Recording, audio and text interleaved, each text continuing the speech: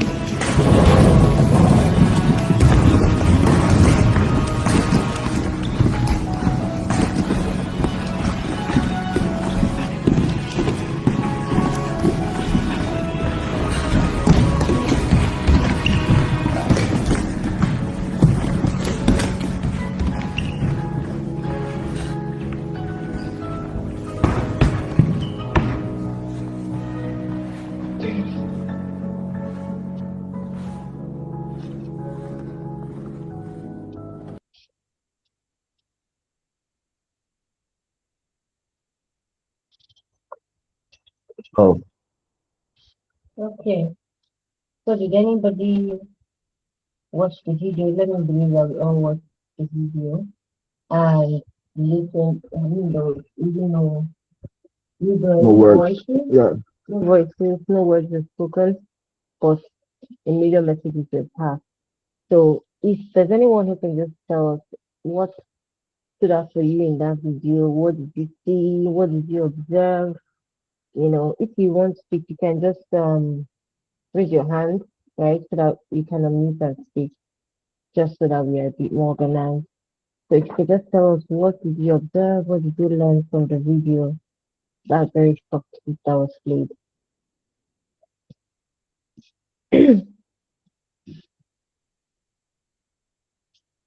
Anybody? This is that moment in class when you're teacher, your lecturer is like, okay, so who can tell me what I just finished teaching? Everybody's looking. So, okay, Manuela, please switch on mute. Thank you. Okay, Victory will speak after Manuela, then wait, Barry. Thank you. So, Manuela, please feel free to unmute yourself and speak. Okay, good evening, everyone. Please, So, the video, it just what I just see there is what the world just puts down as a curriculum for your life for you. You just go through it. You don't even know why you're going through it. You just do it because this is what you met when you came to the world. And so Mm. I must experience every stage as it has been spelled out to the conventional human being to just grow up, be born, go to school, go through all the struggle, get married, give birth. And at the end of the day, nobody's even watching you, nobody cares, nobody even send you. At the end of the day, you're on your own. So for me, what should be important is you being happy, you being fulfilled, and knowing that whatever you did, whatever sweat, whatever energy you burnt, it was for something that is fulfilling to you at the end of the day, that you can look back and be really pleased with yourself that yes, I actually lived life. So that's it for me. Thank you. okay, thank you very much, Manuela. Victory, please feel free to speak. Unmute yourself. Thank you.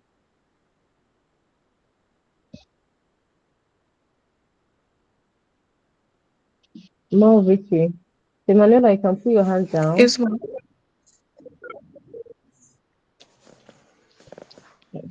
Okay.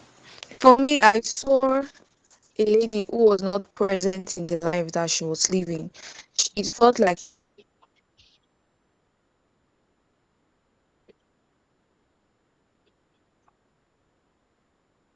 from that way. It was like she was just being pushed, moving from one phase to the other without she wasn't truly happy.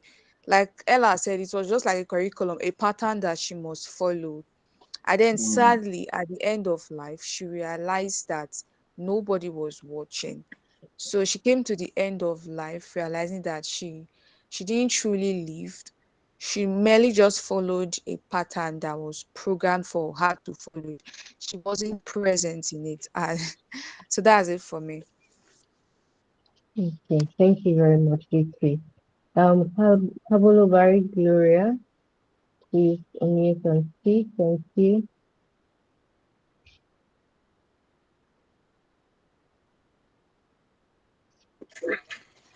Good evening, everyone.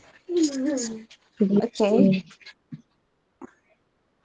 The video I saw a lady who was just playing like this has Emanuela just like said it all, but I just want to add this. I used to say slavery pattern. She's been forced to do what she's not supposed to do, and at the end of the road, she realized that she did not even has anything for herself. When she turned back and look at her life, it's already too late for her, and she'll be like regretting why she followed the road. For me, Okay. the best way we can actually is to do something that pleases us and not to please other. What makes us happy at the end of the day, we can turn back and look at it. This is what I've achieved in life, not for other, because people don't actually care about what you do. Mm. Beautiful. Thank you. Thank you. Everybody, take a book, take a pen, take a notepad. Everybody, take a book, take a pen, take a notepad. Everybody, because it's essentially a workshop, like a workshop kind of thing. And we'll play the video one more time. This is what you are looking for. In what way are you that late? In what way? Be very honest and sincere with yourself. Be closer with yourself. Of course, you're not going to show us your no, except maybe you want to focus one-on-one coaching for deeper clarity or anything like that. But we're going to play the video again. It's a good time to keep the distractions away for a few minutes and shoot again. And think deeply. In what way am I free? Might not in every way, but in what way exactly am I free? So let's take Then one more time. also it's not for females alone, Very, So yeah, very I know good. there's a wedding gown, there's a baby. It's not for females alone. So look at what applies to you, either whether you're male or a female. Okay. Let's go.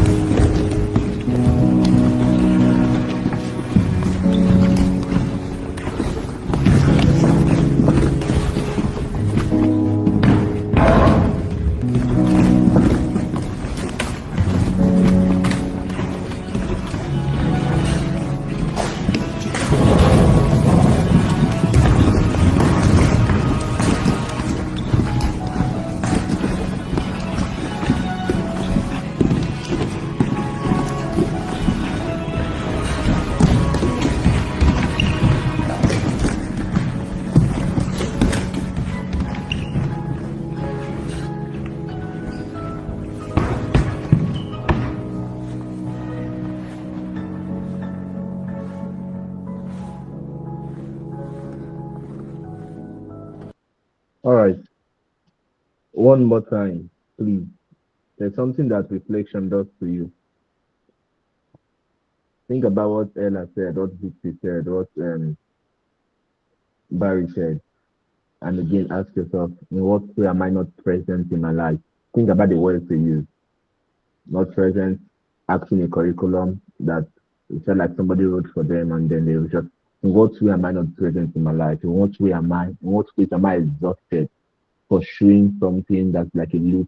In what way am I being pressured to do things that I really do not want to do, but it's the expectation, it's societal standard, it's what they have defined.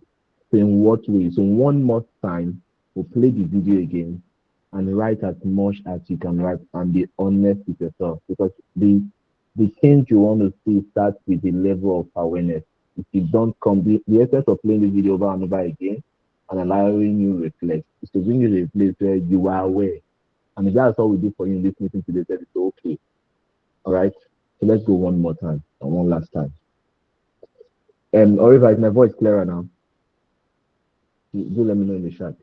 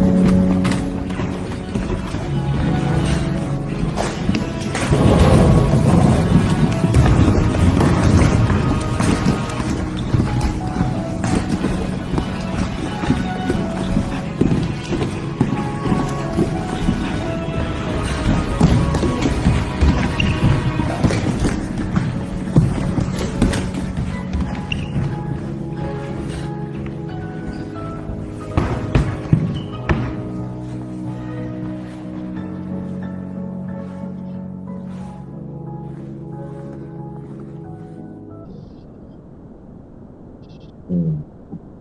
Okay. Thank you so much.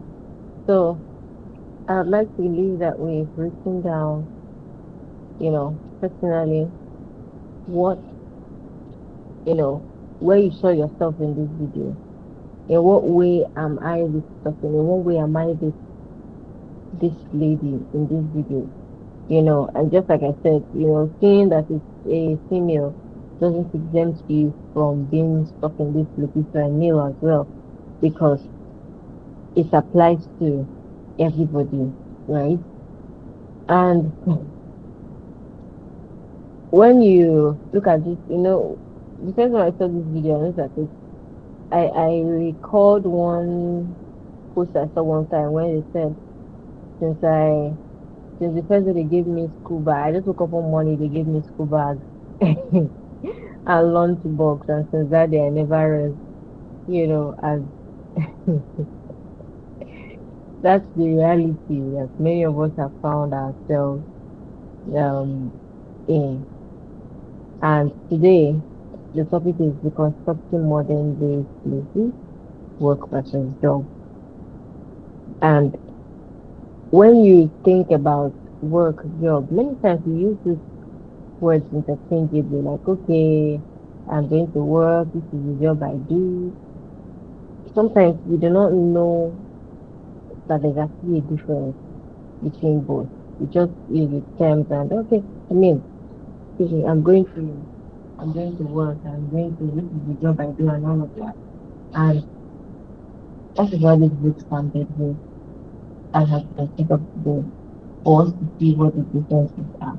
But before we do that, the topic is deconstructing modern day, and we're going to in this background of what slavery is. What you say slavery, it's a word that has a it's that people Right. a lot of Jesus, what the white men do, or this that when they told some of our forefathers. No, some people that our forefathers were told please, because they feel like that they be among those who call black Americans now. You know, people told their brothers the slave traders and stole them for things as little as meals, things as little as maybe even a sleep, you know. And historically, even when you read the Bible, you see traces of it's talking about slave trade. Look at the Egyptians when the Egyptians enslaved the Israelites, right? Theirs was that the Israelites came there, and over time they came for refuge. And over time, just like the Bible says, the Pharaoh that we know knew Jesus came up and the Israelites found themselves in slavery. We also see people like Daniel and the Hebrew boys. They were in Babylon as slaves, you know. And it was among them that the king said, oh, get for me the precious men, fresh and all of that. I will train them in the way and the language of the Chaldeans and everything. And they were given names. Belteshazzar, Hananiah, I can't remember what the names right now, but they were given those names to blend into that culture in which their slave masters had. And you now see talking about the slave trade and all of that so many years ago. And you see that many nations were built on the labor of slaves. Many nations were built on the labor of slaves, exploitation of people. Slavery is just basically exploiting people, taking human professional gain. And there are certain economies in the world right now that would not be where they were without the sweat, the blood, and the effort of these people The were sold commodification of there. people. Yes. People were commoditized and used as objects of we think that people are feeling if people are building the place together, human beings we are doing them with the rich people no food or something, bring them under hard, the first hard labor. There's no love and torture them. The fundamental human rights were taken away from them. Many of them were just actually abused because they did not own themselves. They were property of their owners, Their master. of their masters. And now slave trade has really been abolished. However, it's still showing Do they even believe? Do you believe slave trade as a knowledge only just evolved? I think legally, legally. legally Okay. it was abolished, you know. But I think what was abolished was the actual, you know, putting people in chains. But some of them have to work in chains. You know, someone is being tied by the leg to another person working on that floor. So I mean, you cannot run away alone. Mm. You get so. I think what was abolished was that whole okay, cannot own slaves, and keep them and change them and all of that. But So you're saying it actually evolved, isn't that? legally, I mean, documents were signed, proclamations were made, everything. The slave trade has been abolished. However, it did not automatically stop, and it hasn't even stopped. Rather, it has. Someone says that I'm not hearing you. Is that the same for everybody, or is it just me? Is it just I don't know if it could change Do the. confirm all that if you can. Can anybody else hear us, hear me? Confirm, please, if you can hear us. Just be sure that I'm not speaking to myself. If you can hear me, drop an emoji, a thumbs up. If you cannot hear me, okay, Ngozi says she Ungus is the can only one hear. that's hearing you. Ungus is the one that okay, all I can hear. Just okay, say Okay, what can hear. okay. Yes, you can. Just try and increase the volume of your AB. If your Sorry, device, we'll still maybe. try and raise our voice. My wife, so I think you should raise your voice. Okay, so slavery as what it was known as before has legally been abolished. Someone said the audio. I don't know, should we change the because we are two, it could be difficult to use a wired device, but maybe we should try and see. Just So give us a minute to here. serve you better, let's just not very Just comfortable the for us. So let's wired do this. one, see how much data I could get. Okay. So you are going.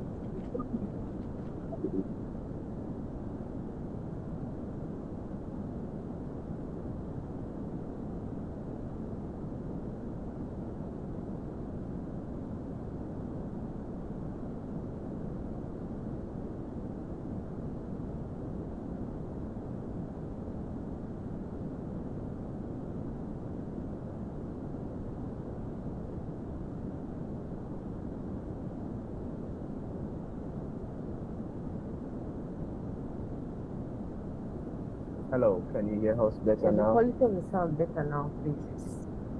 Can anybody hear? Is it better? Is it worse than before? Please just you can drop a message or you can just unmute and quickly let us know. Just want to be sure that this is actually working. It's clearer. Okay, okay. Thank you. Okay. Okay. Thank you so much. So the question is, was slavery really abolished or did it just evolve?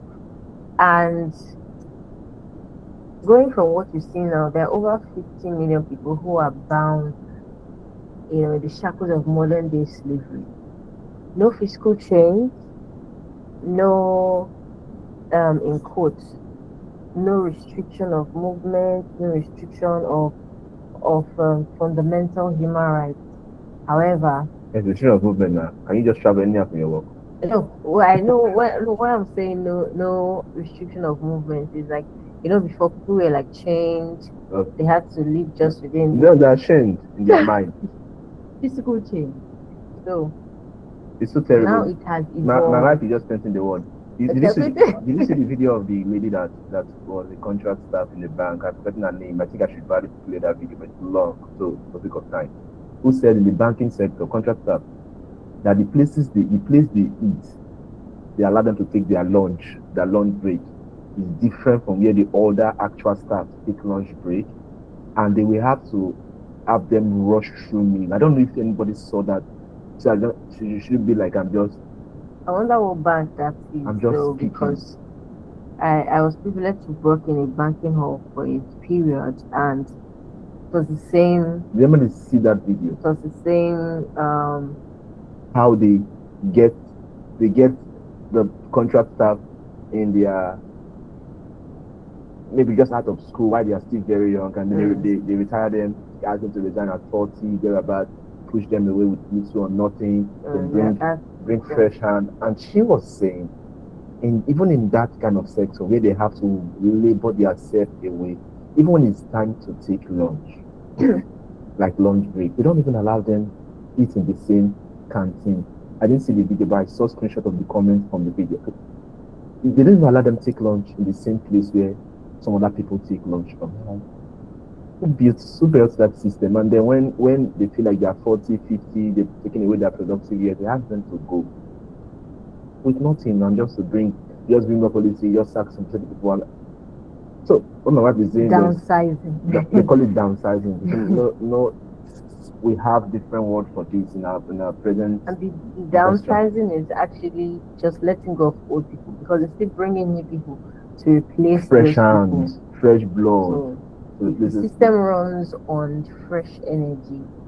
So it's why we're saying slavery is the commodification, modern day slavery is the commodification of human beings. And yes, truly, like you're saying, slavery was abolished legally. But with the rise of the Industrial Revolution, people still needed people to work for them. People still needed people to be in their organization or whatever, factory work, whatever it's called, that plantation. So there has to be a way to get these people to come and work. From all the way it has looked like, from sex trafficking, human trafficking, everything put together. And it's why we are saying you must question a lot of things. You must be curious enough to pause and say, so who even invented school and why? Okay, let's show the question. Why are you going to school? Somebody put on their mic and speak, since it's an interactive workshop. Why are you going to school? Or why did you go to school? We, for example, now we're trying to pursue a master's degree, so we're going to apply for master's again. And just asking ourselves, why are we going to school? So, I need somebody to speak. Like, truly, why did you go and get a degree? Ella, shoot, take a stab at it. Okay. Growing up, I went to school because they said I should go to school. Me, I wanted to do business. They said I should go to school. Why did you say you should go to school? To come out of poverty, to come out of, our parents had this mentality that they didn't go to school, so it's education that will bring you out of poverty. So, but but now that I've gone through school, Okay, good. Tell me what's happening to you now now that that I've you've gone gone through. through school, I just look back and I said, okay, if I was going to be interested in school, I would want to go to school because I would gain exposure. I will meet people outside of the environment I grew up in. It will expand my knowledge. I'll make connections. I'll build connections. So hence the schooling, and also getting the paper that opens doors and opportunities for you in a way. So I feel like that's a better reason to go to school, gaining exposure, tapping from other people's knowledge and exposure also. So, but for me, initially, school for me wasn't a must. It's not by force and all of that. So, yeah. Ella says to gain exposure. So Ella, right now, from now, I'll start to pay you with exposure. If I give you a quote to make a stuff for me, I'll pay give you you with exposure as exposure. payment. What do you say? Hope that's okay. Ella, say yes, because she You will need to want take you abroad. exposure. She will need to take you abroad. She will need to take you. So She will need to take you abroad. She will need to. Exposure is not of traveling. She'll buy your flight ticket to Dubai for 3 days. exposure may not always be Dubai. Like if you've been living in Lagos all the while, you've not been to Warri before. If You she come says to she wants to Warri, take you the come exposure for worry, exposed. so a kind of gown that looks like worry for her, at least. So, however, let's say, like, take note that you said the word education, to get education and exposure. So, take note of those two words. We'll come to it. However, Okay. I think for me, growing up, I just felt because my dad always hammered on getting knowledge, right? So it felt like we were going to school to learn. He would always say, read wide. if you come out with your results, they will ask you what you got and all of that, and they will always emphasize on reading wide, learning things beyond your whatever it is you're learning in school. So it felt like, to me, school felt like where we go learn to learn. Like you are learning to read, learning all those things within that school system so that you can learn what is outside, right? And then it didn't really make much sense to me as a child. It just felt like he was pushing us too much, like he was not satisfied. We'll go to school, at least get good results. Parents are supposed to be happy, but what is in that outside? You get so, but as I grew up, I got to understand that even though I could not comprehend what he was saying because I was younger, he was actually right. School is not the end in itself. We're going there to learn, to gain knowledge that will help us understand other things. Whatever we're learning there is not the end of it. I don't know if I'm putting it right, but whatever we're learning in school is not the end of it. The ability to take that patterns, or like when you're in school, there's this pressure to read, there's this pressure Mm, to put your thoughts down as assignments, as all of those things. Those patterns that you're learning, those skills that you're learning, you have to take it outside to learn why they are going to get into your place of work. You're going to do upskilling, reskilling. Those things you've learned in school, you're going to apply it. So for me, school was like learning, a place to learn to learn. But I didn't understand it back then when it was making those emphasis. okay, beautiful, well done. After you are done learning in school and graduate from uni, then so they were expecting at least you start taking care of you, Ali, take care of yourself, right? You said? So after you are done with school, daddy stopped taking care of you actively, Ali, and say, Oliver, it's time to take care of yourself. Partially, it was not instant, it was just gradual withdrawal. Gradual withdrawal. So they expect that as you are Yeah, done like to school, after you have school, to I leave. went home. So after school, I went home. So like I had roof and food, but other things were excluded. Well done, well done. Thank you, Oliver. I will come back to this. Mr. Victory, take a stab at this.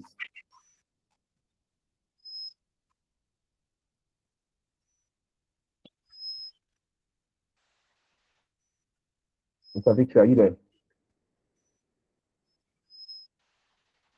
Okay. Well, I was here for Mr. Victory. Okay, I Um, think speaking. okay. We can. We're not talking to the shaking. Are you speaking? Internet is a challenge in Nigeria. Okay. While we wait, while you keep the network, sir, let's hear from Always Olu on the people. Dodoshuku. Good evening, Mhm. Coach Phil and the wife. Mhm. Okay, so while this discussion was going on, I remembered what happened last 2 weeks. I was dressing my boys for school and they didn't want to go to school. And my husband was like, this school thing self is not conditioning, they are Ah, just conditioning these mommy children to pepper. they are just conditioning children again now. This is every day going to school, every day going to school, even the days they don't want to go to school. And I remembered when they were 2 years, I didn't want to send them to school at 2. I wanted them to be up to 3 or even 4 years before going to school. But people were pressuring me, like, "No, this is not of your business, this is my business." But the pressure was just too much, as if they didn't enter school at 2 years that they are missing out on something or they are losing out. But the pressure was just everybody, why are your children not in school now? They are two Hmm. years already. Oh, yeah, put them to school, send them to school, let them go to school so that you rest. Send them to school so that everybody, you pass here, send them to school, you go there, send them to everybody was just.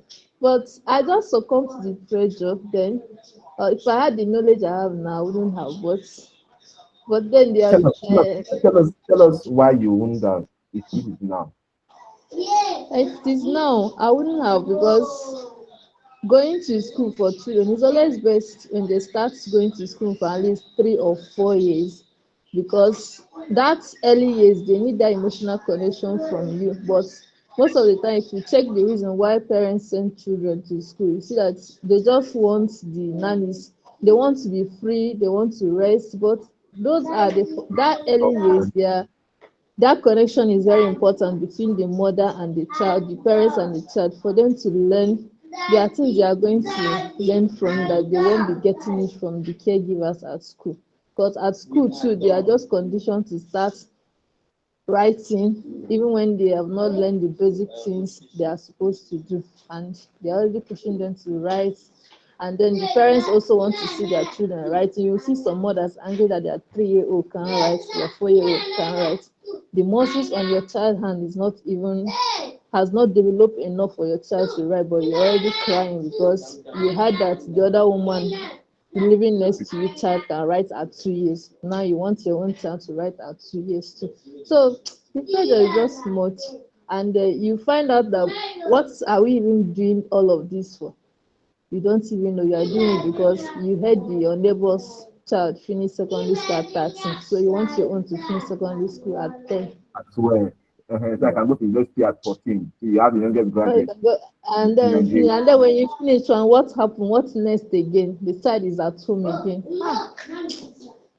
My sister, Like, can feel it. We can hear the like, voices of the twin boys. you refuse to sleep. They don't want to sleep now. They are getting their education with their daddy. Then it's bonding time with daddy. You want to follow to go and sleep. They tell me, no, no. Well done. Thank you. Just put certain thoughts that you said. It will come to Henry. Let's hear from you. Okay, can you hear me? Yes, sir. Loud and clear. Okay, good evening, everybody. My own idea of school is this school to me is a system. It's a system that teaches education, Mm. and it's a system that sharpens our skills. Our skills. It sharpens up. Sharpens us up. It's like a refiner, if I should say. It refines the raw materials in us. Yeah, it brings out that, it sharpens it and makes it pure and better, so that we can use it in the modern world, the world we find ourselves. So school teaches education, and education is I think is what rules the world. Beautiful. Thank you. This is the idea that rule the world, though. Henry, just not education, no. Eh, But Thank that's you. beautiful. So we have to redefine what education is shortly. Mr. Victory, do you still want to speak, sir? Please drop your hand. Network was kind of Hello, can you hear me now? very well, sir. Okay, good evening, everybody. Actually, to be sincere, when we are growing up, the major reason why our parents pushed us to go to school was that they wanted us to be educated enough to get a good job, Mm. so that you can really fit into the labor market. Yet, because they felt that they, like my father, for example, he wasn't really educated. He stopped at the age at St. Primary 6. So you will always hear him say, you hear from time to time, he will say, I wish I was educated. I know what I would have No. done. I wish I went to school. You get. And I remember when my elder brother just finished school, and then when he was done with university and came back from service, they pushed him to get a job. And in Benin here, one of the easiest job you can get is actually teaching. He's working in the school as a teacher. And he actually did that. He went to a school to try to teach, struggled for some time. They also got a link to help him work in one oil sector. He got there, and after everything, he said, about this working thing not be my thing. Right now, he has been running his business, his personal business now, for about 13 years now. He has been running that business for about 13 years. Oh yeah, I think 13 years or more. Yes, and No. now my parents, it's actually because of him that the ideology of my parents about going to school shifted. Because when they saw the way he started, They saw the way the business grew. They saw how much money he made. They saw the things he was able to do by just running his own business.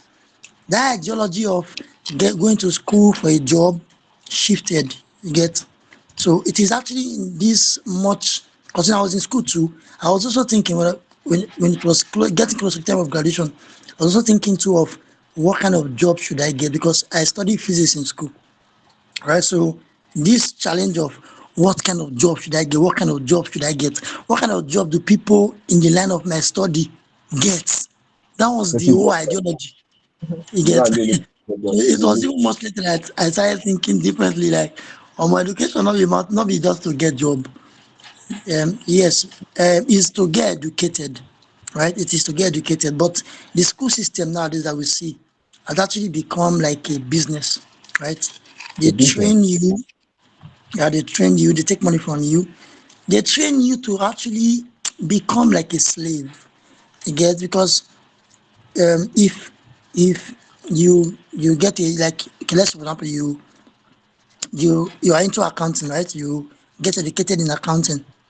The ideology, the idea is that you have to live there and seek for a job, work for a business, establish like somebody, and most likely that person may not even have gone to school, Mm, but you have to be running accounting for the person with all mm, your 5 years in the university. That's mm. the whole thing to Amato. Somebody giving you instruction, tell you this when you come to work, this when you close, this what you do, this what you don't do. And then they are So living a that's life what of the system is actually like. living a future that your children will never have a stake in. Uh, thank you. Thank you, everybody. So as we begin to share this perspective, I need us to listen to what we are saying. First, somebody is saying, "Hey, if I was educated, I know if I had gone to school, I know what I've done now." Because the culture then pushed that you are broke because you didn't go to school. That's what the culture pushed to our parents. You are broke because you didn't go to school. If you had gone to school, you will not be broke. So, in a bid to not make you broke, they said you must go to school. All right. And because they needed to train people for the factory business, factory work, they had to create a system of schooling. Meanwhile, schooling is not education. Schooling must not get in the way of your education. It's an intentional approach. I'm concerned. I was talking to my teenagers. I said, there is one place in this world where they behave exactly the way you behave in school, in your primary and your secondary schools. They said, yeah. I said, prison. They were shocked. So I called up pictures of prison and he said, can you see them wearing the same uniform? He said, yes. Can you see them standing on the line like it's assembly? He said, yes. Can you see them bacon? He said, yes. So is that not what happened in your school? And it's so important because for somebody like Mrs. Ebube now, your kids at school are going to school based on the whole issue. But it's so critical because the first 5 years of the child's life, in fact, he said the first 3 years, 3 to 5 years, already form the foundation of for what that child will become on the long term. So they say bring them to school. Let's caution them so that an Israeli, a Jew will tell you that giving a child with from their formative age to 6 years, I'll give you back the child and I will tell you what that child will become. Irrespective of anything you do from that age forward, I can tell you this is what the child will become. So they say, give me this child that for sometimes give me this child at 8 months. And then that formative years, that child is coming to school. That child, I ran a school actively for a while. So I see my children on assembly. 2 years, 3 years on assembly. The child already begin to think in that line that I have to dress like this a certain way. I have to that culture is forming. Then when I ask the child at 3 years, what do you want to become? The child says he wants to become a doctor. And you say that is his destiny or that is his future. No, somebody thought for you. Somebody sold you an ideology. You're not thinking for yourself. It's not what it's so when I'm curious when people say my purpose is to become a doctor, and my purpose is to become an accountant, that's my destiny. I see you're telling me that your destiny is to become a slave with that shame. Is that what you're telling me? And this is for most of us, and it's just the way it is, it's the path we are taking. So we are not against school, but I'm curious. Who built the system? Why do I need to write an exam for you to select the best brains? Then you reward the best brain. To me, that my brain is not so good, I did not come out first, I'm not that important. They're already telling you from the get-go that if you are taking 15 in class, you will be broke. Sadly so, the people who are not so brilliant decide since I don't have a future, you have noticed now. There's no need now. They break out, they now build the businesses that your A student, that's what Robert Kiyosaki said, that the DE students now build the businesses that the people like you that are so smart that come to work in. Because in this school, they were so being dull was a form of being rebellious. I can't get what you are giving to me. So they look at you, this side is so difficult to indoctrinate. So they tell you that thing that you'll be broke. So that child gets angry.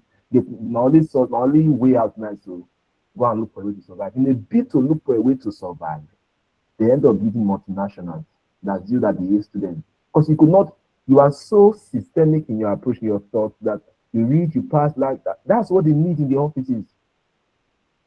As a matter of fact, I was listening to Apostle speak. He said the only reason why he went to school, why it's even important to him is that if you can go to school, graduate very well, it tells him just one or two things about you.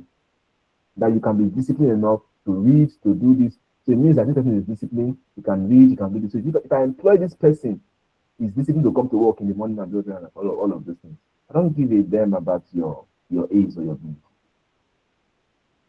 Because I can still even retrain you in the job, which is what happened to some of us. After you read everything, you are retraining. You are retraining the new job you get into. So we are approaching the conversation from this perspective so you can rethink what you are doing. All right. I have a beautiful sister. I don't know if she's here at the moment. She's doing a master's now, beautiful, and she's doing it in a field that it's agenda driven. Some of you have to go and do a master's. You have to now you're not trying to do a master's now because you want to be promoted in your office. You just to become a better slave than others. Have a choose. So if you are already done with your first degree or with your master's, you should be more driven agenda. So I want to do this. What is ahead of me? What am I seeing? What am I positioning for? Not promotion. I'm not just a patient. How do I take this industry? So if they say they need, I have knowledge, I'm educated, or maybe they need the paper to make me the minister of procurement. Let me get these papers out of the way. So you see now, you are not more thinking that you want to get a job. You are thinking about control. You are thinking about positioning. Okay. Because really, I don't know if this is done in my slide. Okay, let me go ahead of myself. Yes, shoot, however. You can ask this question, however, I can hear you. Okay, thank you. So I like the point that you have made, and I've thought about it too. Why do people go to school? I think Ken Robinson made a lot of arguments about the school system and what it does to children. And after thinking deeply about it, I think why the problem really is with school is not really in the uniform or the orderliness. A lot of people have argued that having children sit in order, no noise, and all of that. But in my current location, where you have to teach students, like if you leave them in that noisy environment, like there's no way the lesson can pass through because of the noise. So the idea of order for me based on experience and what I thought is so that whatever you are teaching should go through is for me that's how I see it. Not necessarily like you're conditioning them not to be able to move around and all of that. It's just that when we are like I'm passing that knowledge, right? I just want to be able to stay calm and listen to me. And then when you ask children to dress However, properly, you are just teaching. wait. Yes. Why do you want them to stay calm and listen to you? Because I have something to say to you, right? So And there's do a you have part to where change their life? you practice. At that time, it's important to them. Who says So it's at that important to time, there's them? a time where You we or practice. But yeah, who says it's important to them? What has mitochondria done for you? The one you listen to in biology, me and you in Bright Success class with Auntie Jessica. I might not be using it, but the next person that we were in class together might be using it. I'm not doing biology, I'm not in the human science field, but there's somebody else that we sat in class together that's doing medicine, and the knowledge of mitochondria is actually helping that person wherever they Okay. are, right? Okay. So At that time when we were all children in primary school, we didn't know if we would use addition. You didn't know if you were the one that was going to use addition when you grow up. I Yeah, didn't know if yeah. I'm the one who was going to use some topic in home economics when I grew up. So at that time, like this primary school where I teach, that I'm using as an example, where we're teaching basic, like how to add, measure weights, and all of that. There's a time where you practice. You can be moving around and be doing making all the noise you want. Fine, that's you and you're practicing. But that initial point where I'm trying to make you aware of this particular thing, I think that's the most important part where that sitting calmly to listen is important. I think we have, yes, I understand, but there's no creative, how do I put it? A child that is scribbling, right? If you just leave that child at scribbling, the child would find it difficult to move from scribbling to actual drawing. It is that guidedness. I don't know how to explain it. Yeah, I'm Allowing getting the you. child, right? You are Because I like getting, everybody, thank you, you are getting everybody what is I'm for trying to say. education. So she's talking from my passion, so I'm with her. I'm So with you, where the Anita. problem is when you now try to box all of them in the same frame. Like I have students in my class that they are very, as you are saying the words, they are picking it, right? Those ones will not guide those. There are some that whatever you are saying at that point in time, it's not really applying to them. It's when you now say, okay, let's do the work. That's when they come up. So when they are talking, they might be disturbing, right? That's when they come up. And then those ones that have listened effectively, that understand what I'm trying to say, they'll not pass it to those ones. Because I teach in a classroom where students don't understand English. I have very few that understand English. So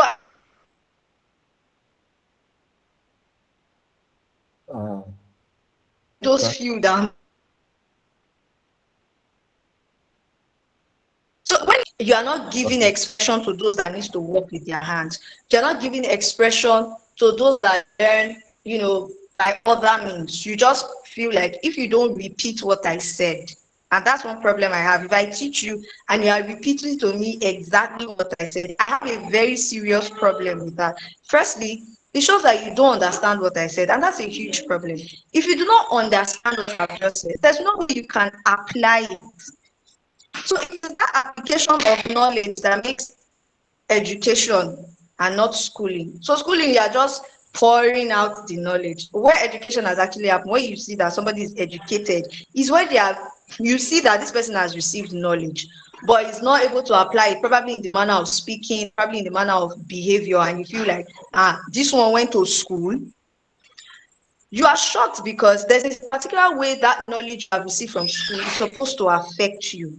But that person is not showing that knowledge has been received because there was no understanding. So if the child is able to understand what you are saying and apply it differently, so when you are now teaching strokes and all of that, the child is not able to put all of those things together to produce something that is tangible, something that you can recognize. So you're not boxing the child in that moment when you say, okay, stay still and try to, this is what I'm showing you to. It happens even in the home. Imagine you're teaching your child to tie the shoe and it's just like he's doing something else, he's playing with something else. You are trying not to box that child or not to prevent freedom in that moment. But that child is not paying attention to what you are even trying to teach. Like, okay, this is how to tie, and it's not even looking, it's doing something else. As the mother, the next instinctive thing you have to do is to hit the child, like, pay attention. That's just the same thing that happens because if that child is not, and I've also had students that don't, when we are reading on the board, and I will have to call their name so that they look at the board. But at the end of the day, you find out that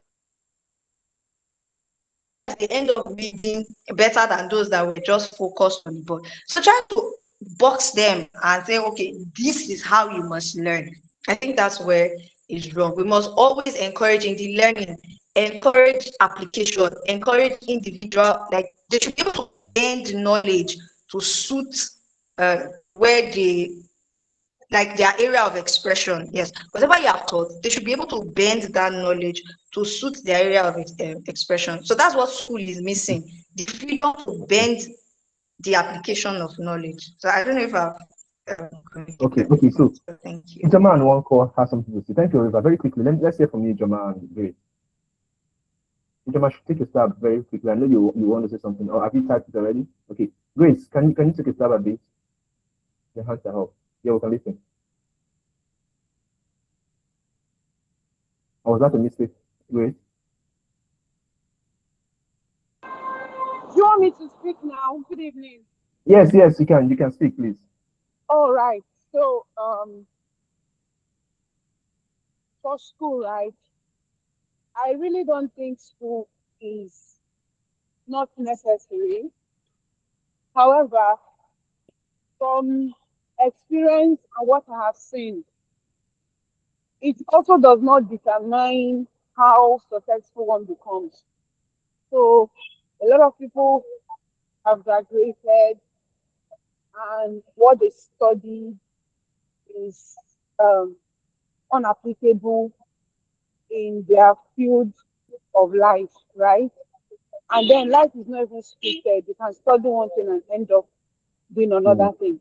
But mm, then the when it comes to our parents and the reason why they ask us to go to school, I think because if your parents were educated, good luck to you. Mine wasn't. And then someone already said this that because they felt not having education hindered them from achieving certain things. which They is thought true. that the way forward for us was to compulsorily go to school. Yeah. Now, some people didn't even go to school at their own time, and they were still able to make something out of their own life. And now, some of us also we've gone to school, and yet here we are. We are slaves to people who probably did not also go to school. Because when you end up as an accountant, counting another person's money with your suit every Monday morning, whether you like it or not, and then you can't take leave or take off when you want to, even when it is necessary, not even as a luxury, that is not life. That is slavery. But we want to be blinded. We console ourselves and tell ourselves, oh, I have a job. So it's paying my bills. But then it's taking our lives. Mm, And then we find out that at the end of the day, just like you people said, somebody spends 50 years of their life building another person's dreams. mm, Now, where I have a problem with the whole educational system is that part where we just go to school in Nigeria and it seems, or in Africa, and it seems we are just taught really abstract things. Now we end up doing only a few courses, end up actually doing things that are practicable in real life. And then for the other courses, it just looks like it is either complementary or non-existent in the practical sense. Now, I, it's good that everybody is beginning to come to that awareness that fine, we've gone to school, but that is not enough. Nigerians have been hustlers from day one. You see one person trying to maneuver three different fields of mm, life, just so they can make ends meet. As good and beautiful as that is, I think if the education system can include life skills that after primary school, you can literally start something. And by the time you are done with secondary school, you might not need university to, to be anybody that you want to be. I think when we get to that point, then the education system becomes more valuable. Because that's the essence of finishing university. And then I've started, I've, I've seen people come into the office after they've graduated and then they can't even do the job, but they are carrying the title. Okay. yeah. Now, I have a question though. For Okay. people like us that we realize that our parents have made mistakes. I mean, I don't know why you are working for somebody or to the person you have to say to I send don't want people to. like that is terrible. After you have used your life to like work, made this person money. Like it just dawned on me early that look, if you are making a certain amount of money for a certain employer and you are being paid a token, guy, start planning your exit. Because if you put that energy to your own venture, God is not unfaithful. And there is no way you will not make something more meaningful out of your own life. And then again, my question is when someone has decided that they are going to take the path which is unknown, that leads to where you don't know, but of course, you want Yeah. to take a chance in life because not taking a chance is even more risky. And then, Yeah. of course, when this kind of journey starts, you're usually one alone with your Yeah. thoughts. You Yeah. don't know who to trust because you don't even know who you are going to communicate your idea to that would give you the proper guidance. And then there is the issue of resources, human resources, capital, and then there is the issue of should I still be on the job while I try to develop this business? Should I quit the job? And then, especially when if the business you want to go into has to do with something similar like what your employer does. Now Right. you also have the question of do I, if my employer hears about it, how are they going to perceive me? What's going to be the outcome? All Mm. of these are questions I have, and they are very practical because that is where I am right now. I have a couple of ideas, written them down. I have questions. Thank God for AI. I ask a lot. I try to put one or two together. But literally, if there was also like a community where one can literally openly say, oh, I need this business knowledge. How do I go about certain things, and the person gets answers? I think it goes a long way. Unfortunately, you can't even call your classmates to ask because you were not taught in school and you're all Yeah. just trying to figure your life out. Yeah. Well done. Well done, Grace. Well done. Thank you very much. Wow. So this conversation is taking a dive that we did not anticipate. We're never going to know our slide, but thank you. Just to answer your question, Grace. I recommend listening to this podcast, Direct with CEO, the episode with Monish Pabrai. Monish Pabrai. So, did you hear what you said? Listen to the podcast, Direct with CEO. There's an episode, Direct with CEO. This Stewart. Stewart, that's his name. I even have So the go on. book. I bought it. Monish Pabrai. The session with Monish Pabrai is a YouTube podcast or podcast. I will drop the link in the group chat. You will drop it. All right. Thank you Yes, so much. so this is that podcast. It's going to bring a lot of clarity to you. And I'll say this to everybody on the call to start with. You don't, welcome here, welcome on time. You don't, you're currently in a job. The principle is you take from what you are doing to build what you want. You don't walk away immediately to go and enter into. So it's the Laban and Jacob system. Do you understand? That's for a while. And I always say when God gives you a vision, do it some every other beautiful person in the call. He first sends you into the harvest of another person. There's a man in the harvest season. That's what they need to the work. In that their harvest, you find your seed. Your seed can be in form of money, can be in form of maybe youth savings, can even be recommendation, relationship, ideas. But you just first need to have that vision so you know where you are serving, where you are going to work. If when you are by the time you are living there, you have a seed for your home. And you may need to for a while be very uncomfortable because you have to go to work by 9, come back by 4, 5. You need to sleep to 2 or 3, wake up and build what is yours. So when you build what is yours, one step at a time, a point will come when you know it's time to scale. and you see the predictability of your own system, then it's a good time to drop your resignation.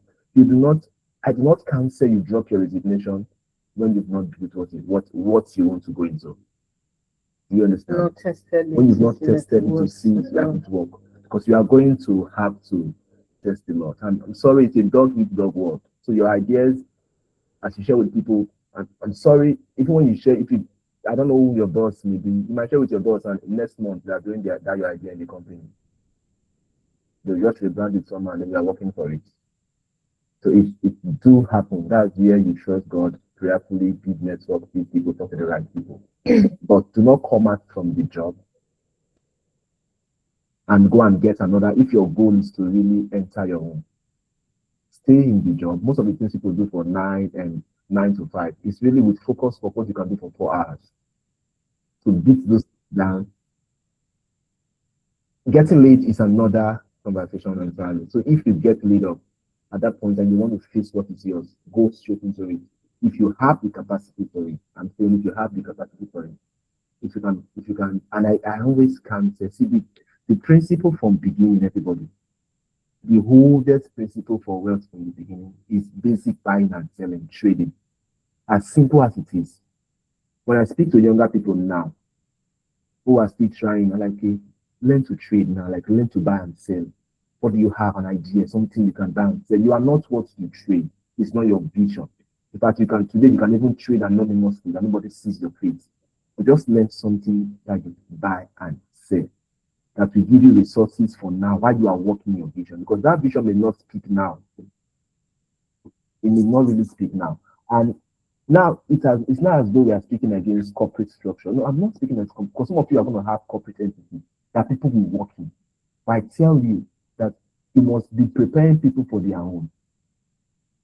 Do you understand? So if you already have an organization here, please create a special training system, not to train them for your job, to train them for life. That your staff, your team members can be showing you their goal. 6 months, okay, what are you trying to do in 2 years? How can I partner with you? Okay, you have this idea. Can this company be part of the people that raise seed capital for you? And maybe we get 2% of the equity of the company. So your plan is to make them stand. So you are preparing them for theirs because you will have, truth be told, you will have children. Your children, you will have to put them in charge of the business. So for whatever reason sake, you will still need to lay them off. Because they are not family. I'm sorry. Chibi Dangote's daughter were made these things recently in the business. So people were complaining. First of all, they were working. They had the qualification. They have worked for it. Is it you that will come and make it? Will it come and make you the head of the business? It doesn't work like that. And that's why you must build what your children are coming to. The system. You're not supposed to be doing this now if things were done right. You were supposed to have seen something your parents have done. Then you pick up from there, you bring the innovation, you pick up from there, you make it better, you make it better. That's how things keep going. And that is some of you are like the first generation to break out of this. So the battle will be tough. The fear our parents had that made them stay in jobs, they finally lay them off. The fear of, okay, all my children, it's all my wife, it's all with this thing, if they just stay when the person is tired of you. Sadly, so we have had stories of people that they just come to work and then they say, no more, you can't work it. No formal information that you're not working. Just strangely, maybe you just know from another colleague that you came to work today, say yes. I can't say you know they come again. Breaking things like that, and maybe that woman or that man has given their life for that organization, for that business. Except, of course, you can rise to a point where you become part of the board of directors and you buy and own major equity in that business. Not just for you. That's the way I choose to counsel people to approach life at this point. So please, if you are in a job right now, this is not a call to get out of it. This is a call to wake up and say, what might be my vision? So that as I'm working here, maybe I am saving, maybe 20% of my monthly salary is going to testing my ideas. It's not going to close or anything. Testing my ideas, testing things, building things, running advertisement, testing brand, trying to do white labeling. Maybe 50% is going into it. That is the same work your boss did to build the organization. So you have to do it too. So when you see that like Munish Pabrai, when it was testing that thing, when you see that his phone was picking up, he went to the organization and said, I'm done. And they said, we noticed the day you started, we noticed, because we saw that your work productivity drop, or it did drop to a point where we can fire you. Like you were still getting things done, but something was not. Imagine someone that was giving like maybe an extra 3 hours to the job. Stop giving, must not giving to his own. So we noticed that stuff, but you were still getting job done, so we could not fire you. Say please, they told him please, if your job failed, come back. That's what they told me. If your job failed, come back. And that means that one of the top investment persons in the world. You can look up on him, a beautiful man. So these are the things we really look at, and we just need to run through our slide. But we hope you are getting clarity. If you have questions, just keep the questions so that we can come back to it and use it to the. So like we're saying, back to what we're saying, that slavery really is the commodification of human being. You can see your screen. The goal is control, either physical or psychological. Now it's no longer physical, it's more of a psychological control. It's so there are people that you literally just it's terrible. I don't know how to explain it. You walk in places that you don't feel like you're yourself anymore. Like you just this thing just giving me I don't know if it's PTSD, but it's painful to me that you walk in places that you lose yourself. You've been packed mentally. It's why I have issues. I think school is necessary for learning. Learning is, learning at taking place when there is a change in behavior, which can be negative or positive. That's when we know that people are getting educated. But I feel some of your ability to express yourself and your vision was shut down when you started schooling. When they put you in order, don't make noise, don't talk, don't do this. When they kill, like Ijoma was saying, a certain level of randomness is needed for creative expression. When they kill that randomness, when they put you, you just know you wake up, you see the way you're built now. You wear a particular uniform every day, go to work, come in that, go to school, stand in the assembly, go to class, you sit in the rows in class, you tell you this, sometimes they don't separate boys from girls. That's already a psychological conditioning. And some of it that we home schools, you have to do it differently. You have to really do it differently. And when that begins to happen, there's a loss of autonomy. You have limited freedom of expression. Sadly, so some of you cannot even. It's tough. That's what I'm saying. With the way we are now, for a lot of us, we may have to, for a while, our body may need to be the one that pays the price. Our physical body, ourselves, because we need to close from work, come back home, rest a bit, eat well, wake up, and sit with your research, learning that stuff, learning that skill, taking that extra certification, not because you want a job, but because you want the knowledge, sitting there, you may need to do it. But you don't even have time. You don't. At least so. Tomorrow is Monday. Now, are you happy it is Monday?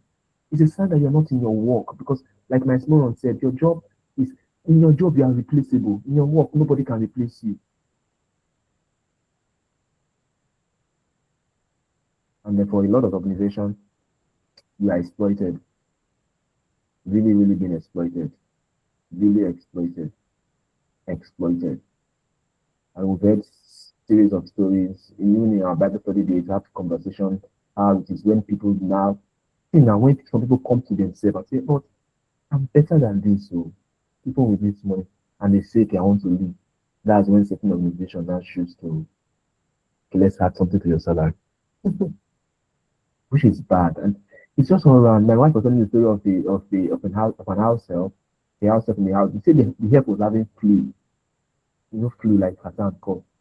The person she was working for came on the internet to ask, is there a way she can protect her children? How does she tell the House house help to wear nose mask and not cough, that kind of thing, wash her hands just so that the children not get contaminated. See that kind of you cannot tell her to take days off work and go and treat herself or by yourself, take her to hospital for treatment. You still want her to work in that with that flu condition, and your concern is not to affect her health. Your concern is so that your children don't get infected. So she should wear nose mask and she's coughing. What will it take to take a break and get herself together? This is what we're saying. This is what certain corporate entities look like. And you know the sad reality. If you die today, your work does not stop. Influence is next door. Straight up. It doesn't stop. It doesn't stop. If your leg gets broken today, you'll be in the hospital, somebody is doing your job. Alright, if now even the work that makes you get, and all of this were the people like John D. Rockefeller and the other, the men who they say built America. This was the system they created. Tough labor like this. Now the question is, how much is your life really worth? And this is how the captivity has evolved over the years. From physical ownership, when people were in chains, it moved, now it's now economic dependency. Reward you just enough to keep you in the place. You see, you see the issue. That's the problem. The problem I'm trying to make you see. That's what schooling did. So you don't come out like just enough to keep you. That you are not rebellious enough to tell yourself, sometimes because you've not counted the cost for your destiny, for your vision, for your work. If a company pay you 1 million naira every month, 1 million every month, it's still not worth the work that you should produce. It's still not worth it. But that does not mean the job is bad. I'm just saying, at the end of the day, at the end of the whole cycle, who are you? What inheritance are you leaving for your children? Are they going to have to start from almost ground zero again after all of this years you have gone through? Imagine having your children start like no leverage, no advantage, painful enough, no name. All your good work was lost in the system. Think about it. So under this economic dependence, the system is designed in a way that, it's more or less voluntary exploitation. So now you're coming to work for a paycheck, you see some people, especially immigrants. Today I was talking with some people. I was talking about how that they were complaining about there are certain people from I think India or so who come to a particular place and people treat them in this place. People treat them like they are mini gods. But if a Nigerian did certain things, they wouldn't get away with. And I said, look at the terminologies. When you go abroad, they're called an immigrant. When they come here, they are called expatriates. So it's just the system. And now the regular job system we see today keeps you dependent on the system. So when Nigerian, immigrants abroad are paid hourly and they convert it to naira, if I'm paid £10 per hour, that means if I work so hours, I'll be able to get this amount. By the time I convert to naira, I could send it back to Nigeria. They'll be able to complete the house I'm building every day. They'll be able to do this for me. And people end up taking more hours, dependent on the system. Now, this kind of slavery is such that it gives you the chains are not somebody literally chaining you. The chains in your mind. Psychological. And one of the chains is the stability that comes with a regular paycheck. At least it's predictable. That, you know what I mean? At the end of the month, I'm going to pay 800,000. My budget is already drawn up. I do this, I save, possibly I invest, and that's the end. And you're going to be rewarded. I saw a video, a video of a guy who graduated, and a man came to meet him and said, "Oh, we're going to give you, let's say, for example, $1,000 to stay in this box. If you're a box, to stay in this box. You're going to be here. You come here by this time and this by this time every day." Said okay. Every day he kept coming, saying that the man will come at the end of the month. Oh, give him his paycheck. Oh, thank you. Come the next day, stay in that box, not moving, just in there. And the video showed how this man, evolved. At some point, he increased the money. Yes, increased the money just enough to keep him, oh, wow. You're doing well. You've been standing here very long, Let me add something to what I've been paying you. And before the man realized he was old, and the man who owned the box came and said, "Oh, you've done so well, You're no longer strong for this. You're no longer very strong for this, just give him something and let him go." And that's just the system. That's actually what you are seeing happen. That's actually what you're seeing happen. And you now see many times your self-worth is tied to productivity. Go into a meeting, ask somebody, introduce yourself. Say your name and what you do. It's literally tied to self-worth is now being tied to work accomplishment. My name is Grace Okeke. I am the HOD of so. I'm the team lead of this department. Outside of work, people do not have any sense of self-worth. That's why you see the need to always keep moving to make sure that, oh, you don't get out of the system, you're being paid well enough. Nobody wants to lose that social status because when there's loss of jobs, there's loss of social status. Many people not actually realize that. Many people who were their friends, their close associates, but just that because they had that job, and many were associating with them because of the connections they could get. I remember Ella talking about going to school for the exposure, connecting with people. So you see that many times if you attended, let's say for example, Uniden, people say most relationships end at main gate, you know. So when that perceived value that association was having because the person was working in that place stopped, that relationship ceases to exist. And you see people willing to go without break. Like, lunch break is 30 minutes. First, no, don't worry. Let me add work your time while you're on lunch break so I get extra money. Why? Okay, I want to pay the bills. I want to make sure I'm not broke. And the cycle continues. So you see that we said the most dangerous prison is the one that pays you because you actually think that You are free. It's an illusion of yes, freedom. it's another illusion of freedom, and you think that you don't feel used in code because you feel like I'm giving value, they're giving me something in return, right? Which is good. But many times, Right.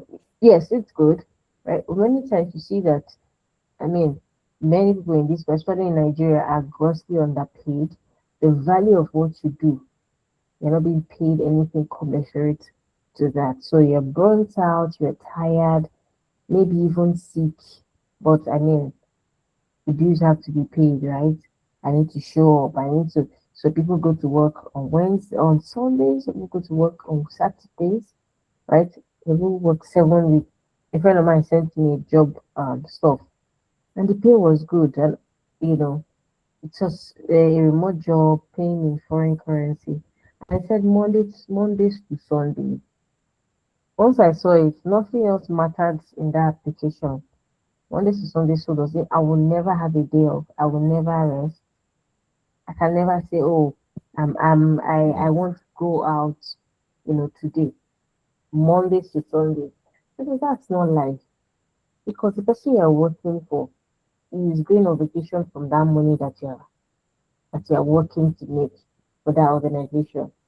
So even when you want to rest, it feels like you're lazy. Hey, I've not done this, so I've not met up my KPI. I'm resting. Your body is literally running on low energy, low food, low rest, no exercise. You're not even eating the quality of food your boss can eat. Exactly. Sometimes what is paycheck is not even enough to give you the quality of life the life needed. that you need to live long. So at the end of the day, you invest your life, active years, energy, health in a system that pushes you out when you need support the most. Hmm. And by then you cannot support yourself, you cannot support those around you. You now become resentful because I mean, people, what did you do? After I had done this, after all my years of this, but at the end of the day, you see, just like that video you played, nobody actually now really cares in that sense, you know. Hmm. So, you see here that the psychology of modern captivity says that modern slavery begins with you leave because there's lack. I'm out of school now. But if maybe your parents have told you, well, I cannot be sending you money constantly. You have two younger ones that are now in school. Get a job. So there's that sense of There's lack. lack of provision. What There's lack do of I need to provision do? that critical I needs need to to be make met. this money. Look at data. Data does not even last. If I don't have money, how will I be on the internet? You search for jobs. You go and get a job, probably in the supermarket every day. Carry out 10 bags of rice to the front of the supermarket. Every evening, carry back inside. You are exactly. And so whatever it is you're doing, and then salary comes, a need is met, that provision of taking care of something, and then you have a sense of relief and comfort that hey, finally I can pay my bills. For some people, finally I have a job that can afford to sponsor the vacations I should go for maybe once or twice in a year. Like it's it's now you now get comfortable before you need to depend on the system because now it gets to the system dictates what you do. Ah, no, I can't be in church today. I have to be at work. No, I can't do this because I have to be at work. Ah, my child's inter sport is on Thursday. Oh. If I have a meeting on Thursday, okay, no problem. Let me send the house help to go and present me a meeting. They're now dependent on the system because it has gotten you to a place of comfort that you do not know is even temporary most of the time. Then you just agree and like, oh, I mean, this thing, you plan your life around it, you make decisions around, that job and all of that. Why? There's a promise of a paycheck, paying the bills. You know that this is my job. If not for my salary, how would I have sent my daughter to Oxford? How would I have sent my son to Dillard University? My daughter attended Covenant, you know, all of that. Well, I'm not saying it's bad. I'm saying it is good. I'm not saying it's bad. I'm not saying it's good. I'm saying at the end of the day, who are you? What do you have? What would perspective say about you? Do you understand? Outside of Did you your job, did you just stay there because you're too scared to live the life that you really need? Did you stay there because you don't have other options and you're too scared to embrace uncertainty? Did you just love your shame because of fear and then it's still in your bondage? Because as my wife was saying, when there's lack of provision, what that gives you is you immediately bond with the person because you know you are dependent. So begin to dictate your decision, your direction of your faith. Now devotion is affected. Type of study is you now create a pseudo sense of fulfillment in your head that if I can't go, my money will go. I will sponsor the gospel. God doesn't have you anymore. If I don't have your heart, I don't need your money. I can't get your time, I don't want your money. There's this system, you will not coin in phrase for it in church, kingdom finance. Yeah, kingdom finance is not present. It's like the father that's not present but giving money to the children. You know what that will create. So we are saying, for some of you, you will be able to rise very fast to maybe becoming the general manager. But even at that, if you don't own a stake and equity in that place, it will not be your own, not be your own. So we are saying, it's not yours, it's not yours. It can never be yours. It can never be that to your children. If you do not create, and you need, the problem I'm saying, you will need time to create something that will outlive you. So the question is, how can we buy that time? Some of you need to go back to your work and you're going to I want to work. But can you give me Thursday and Friday? What is salary if you want? So you use Thursday and Friday to fully focus on your own stuff. You go to work Monday to Wednesday, wherever you're going to work. You understand? The money you are coming from, you put it because you need that time, it's important. You need to learn something, study something. Well, so when we say the chains are unseen, how do you know that you are already in chains? How do you know that they are unseen now? When your life feels like a repetitive cycle. If you got our meal during the week, wake up, change the bath, come back, sleep. You can predict Monday to Saturday like that. Sunday you go to church. Monday the cycle is again. Okay, right? By November we'll take a 2 week leave. That 2 week leave you can never bond with your children enough. You're trying to catch up a lot. There's one program you want to do here. When your life feels like a repetitive cycle, boring cycle like that, constantly exhausted and disconnected. Constantly exhausted. There is exhaustion. You know, deep in your heart, you know. See, it's not. There's no call for fulfillment. Fulfillment is not this settled feeling of I got something done. Fulfillment, you feel it in your work, in vision. It's why you want to spend everything you have to get something done. but you don't feel that. You feel really disconnected. These are the indicators that, my dear, the shit are not physical, but you are really tired. There is this fear that I can be replaced. If you have the feeling like you're working because I can be replaced tomorrow, I can just come and somebody can take me there, then the work is fueling imposter syndrome in you. You that is a very fine, beautiful girl. You that is very you're a smart young man. There's a way they talk to you like you don't want to get this job done. You know, when you start feeling like that you are replaceable, it's not really your place. It's actually be replaced. Sickness will make them replace you. Something will make them replace you. One of those days, maybe you just become so broke and say, okay, let's do it like this. Oh, you're not doing somebody later that you're not doing them. When major life decision are driven entirely by fear. Now you want to move to a new location. Maybe you are sensing God to move to a new location. You're not like, how are we going to run feed? If I leave this job, I should think. If I leave this job, if I try to protest in the office and tell my boss, you're not like that. Maybe you're not telling me that he does not want me again. Where will the next patient come from? Your next 30 days have this steady. Some of you already now, you're even in bed. This match that is long. No, this match is really long because the fuel price went up. Of course, your transport fare went up. And nobody will give salary this month. I want to give them increase in salary. So you spend more than what you've been spending before. Now you don't go borrow money or any other thing. When you are earning money, you are not experiencing fulfillment. I saw a tweet recently that feeling of looking at your salary for a few hours before you bastardize it. Just look at the alert. Just, if you are the whole thing, when there is a complete lack of control over your life direction, you are not the one dictating. You don't because your life is in morning, afternoon, and evening phase. In your evening phase, you should already be doing succession planning.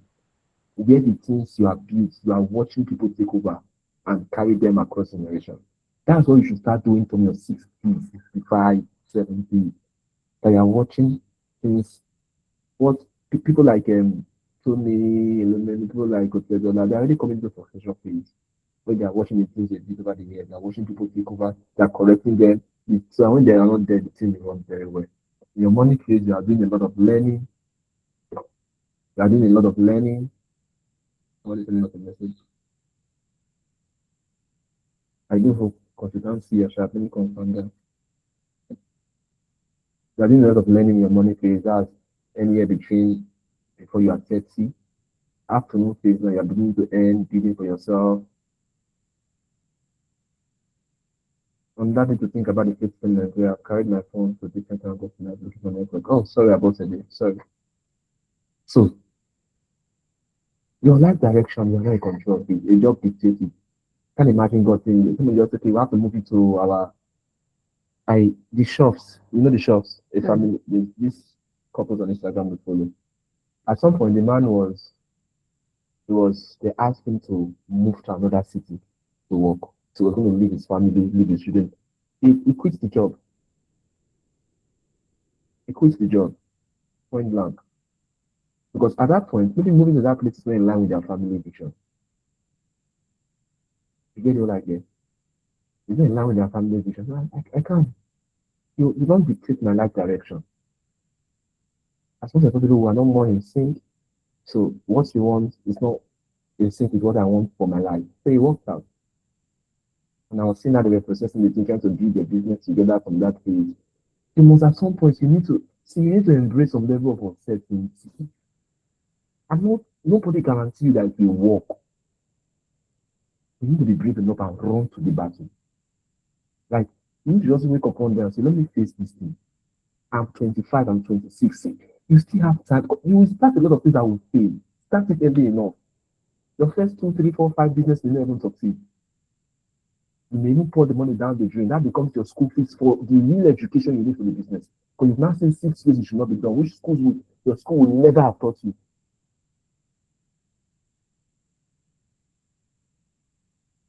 And you are really in captivity if you cannot recognize it. And it's a dangerous thing. Very, very dangerous thing. And that's why we talk about the concept of a job. And a job is what you are paid to do. But really, your work is what you were created to do. That's a simple difference. But happy is the person who can find their work in their job, or who their work can find expression in their job. You wake up, you want to do it, you are getting paid for it, you are working that vision, you are working that task. It's a very beautiful thing. if you have that.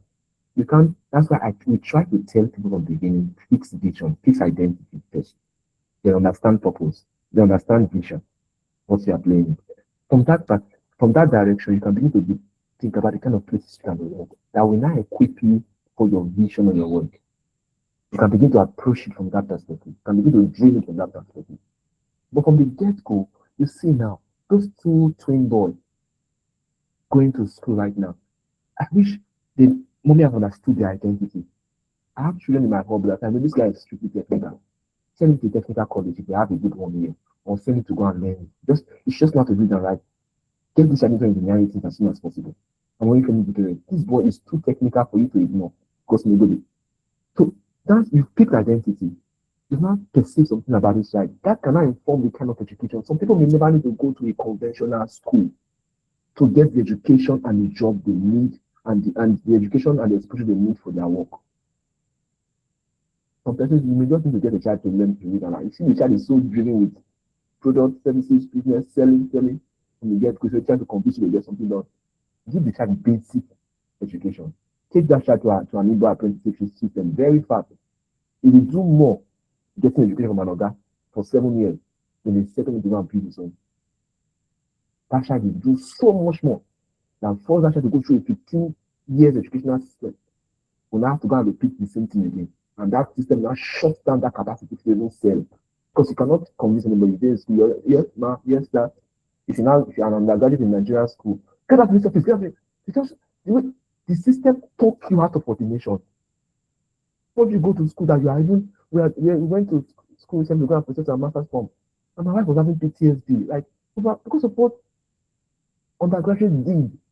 Me too, she was telling me, why are you buying that for the lecturer? When the lecturer, I was like, good morning, sir. So you're not an undergraduate, stand straight. And where I'm coming from, I can't look at my lecturer like, look at let it to clearance, you not stand online.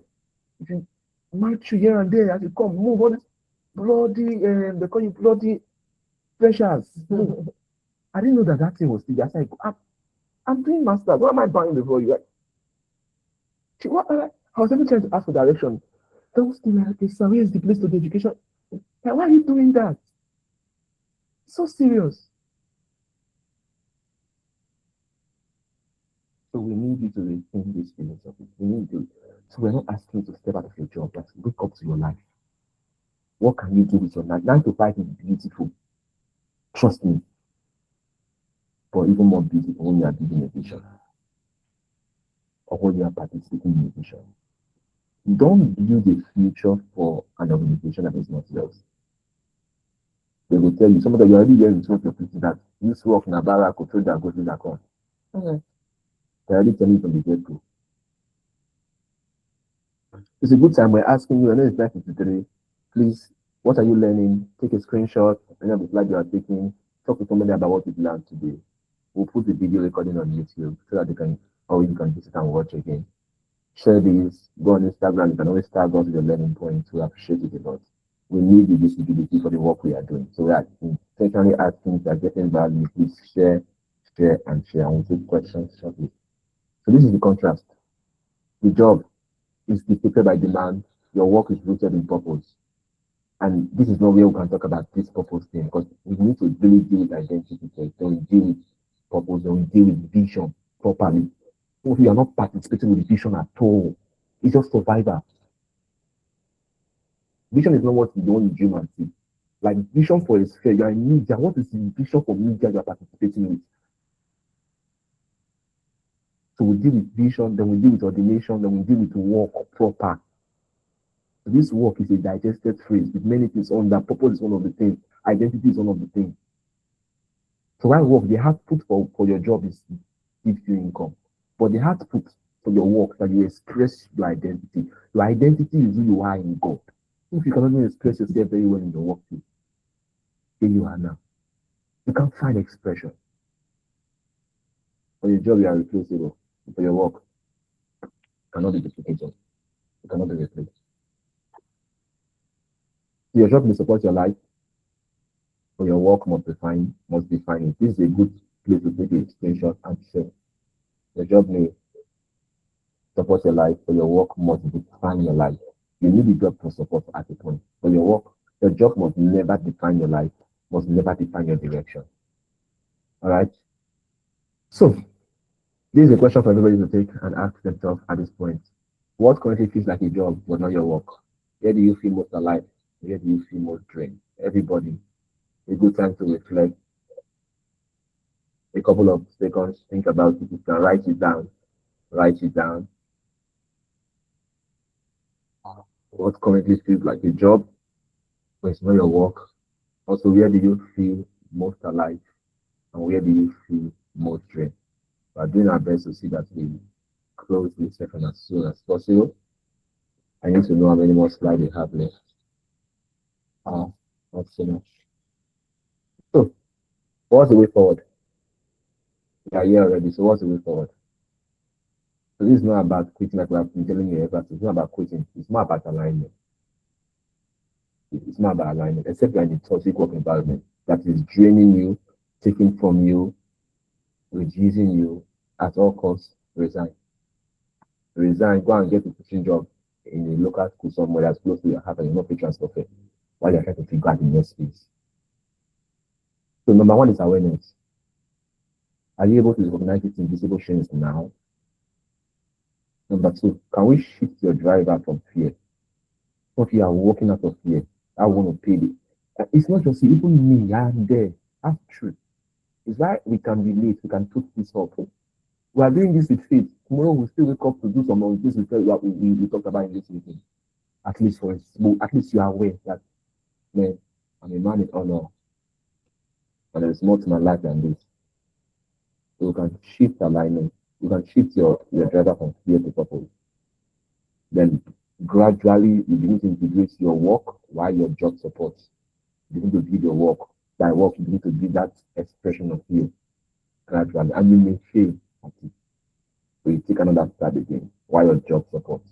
You transition. So what you are entering, where most of you should embrace is that transition. All right. And remember, when God finally brings you out and you build something, don't become the person that enslaves people. Very true.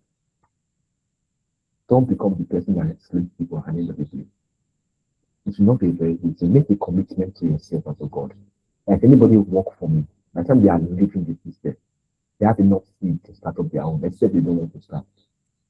If anybody will work with me sincerely, you know of my team sincerely, tell God, I should be able to support their own work, to they leave and go and start.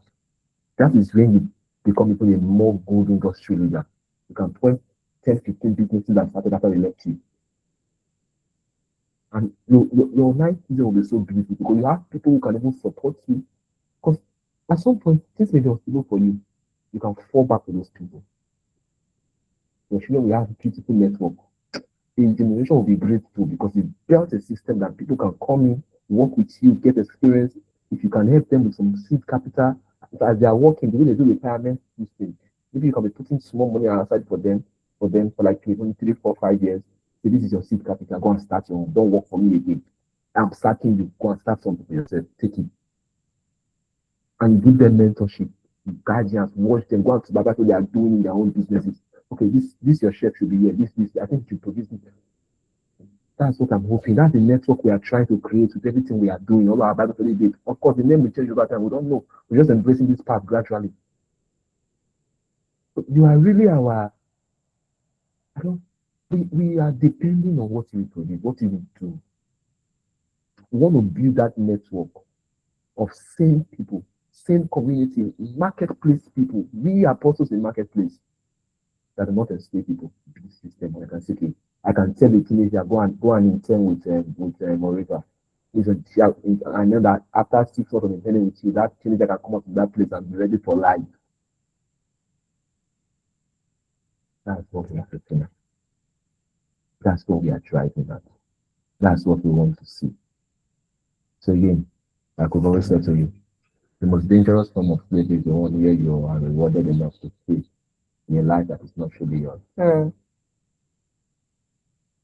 a life that is not truly yours. And that's why I'm being worried. So, what will you no longer ignore? What step will you take this week? Now, something you want to say? Okay. So I recall seeing a reel on Instagram during the course of last week. The person said, when you say, "Oh, I'm going to work here for just 3 years or 1 year," but here you are, HR has sent you a mail congratulating you for 5 years. And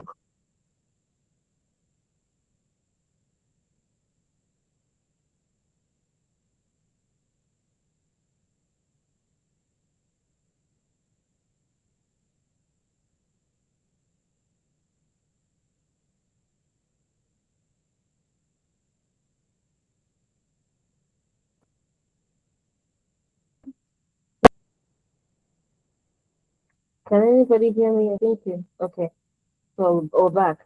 So it's how many times time flies, things happen. You know what they say, life is life, adulthood is adulting, and the economy is economy. You imagine that, okay, by now I would have started my own thing, but unfortunately, things haven't moved the way you plan, and you are in a place longer than you anticipated you would be there for. Right? It's not a call to self-sabotage, a call to awareness. So, okay, this is where I am right now, and I need to make so and so steps to be able to move from this point. And just like we established, it doesn't mean that your current job is bad. I mean, it's definitely, except of course you're in a toxic situation or you're in a place that is not impacting you in any way. You're not growing, you're not learning, no value is being imparted to you as you're also giving value. Even the exposure, you're not getting a paycheck is barely enough to make ends meet, right? Not that. Assume that you're working in a good place and you know, okay, you have a good salary and all of that. It's a good place to learn structure, Yeah. right? Whether you're working in an organized place, it's a good place to learn structure, learn people management, learn of gather soft skills, you know, problem solving, teamwork, collaboration, um, critical and innovative thinking. It's a good place to gather these skills so that you are better equipped when you are going into setting up that expression of yourself. I remember it's usually advisable not to, because I mean the economy of Nigeria now is really something. And being without a source of income at this time is not something that's advisable for anybody because uh poverty can push you into compromise in a way that you never imagined. All the I will never, I can never, I could never, you would never, all the never that you said you will never, never. When you are faced with a situation of lack. You see some people, it's not like some people want to collect rights during elections or collect money. You see that lack, poverty, and I'm not even talking. I mean, there's some people who just do not have any moral standing, and any they can be bought at any price.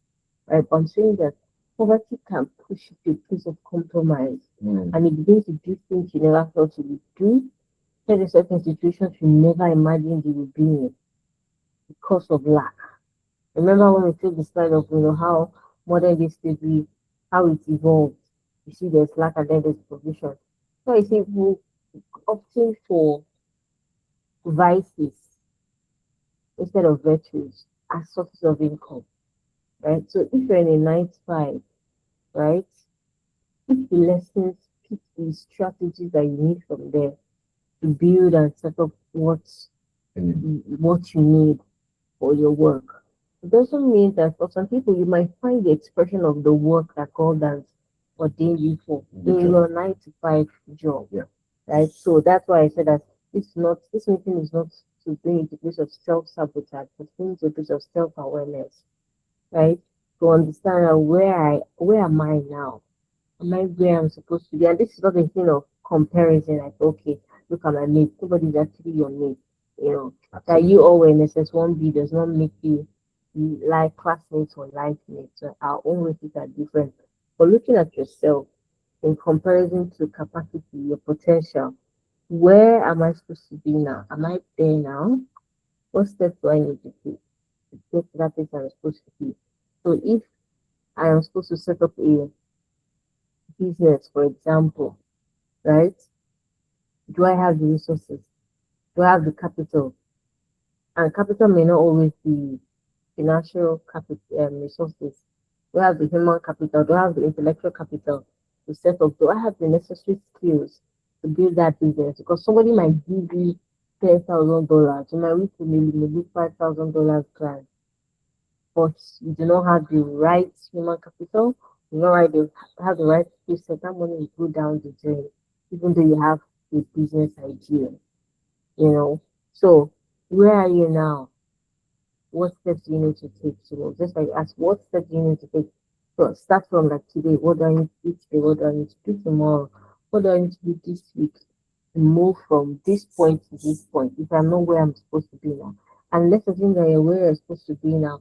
How do you now make that? How do you what's the word? Beyond relevant, positively impact, make an impact from that place you're in. Because just like you're saying, you might be the one that is the business owner, they don't have the company. What work culture exists in that place? Are you also slowly running a system of modern day slavery that is keeping others in chains? That your staff cannot say, please, I am not feeling well, I need to go see the doctor without feeling that you would say something. So then they lie. Oh, I was coming, then I broke my leg, then our boss fell into the canal, we swam out. So that is no need to lie. But people can actually say, oh, I really feel burnt out. I want to go on a break. And you don't tell them, look at this is the time of the year where we need to meet target. You know, you can actually, your humanity is actually still speaking. So if you're in a job situation that is tapping your mental health, your energy, all your resources, and you're not getting any form of value, right? Your life, quality of your life, and everything is slowly depreciating. You need to ask yourself necessary questions. Know when to make up your mind to leave when you need to leave. If you need to do something to upskill, to pivot where you are, doing that also. But like you said, it comes to a place of self awareness, asking yourself necessary questions.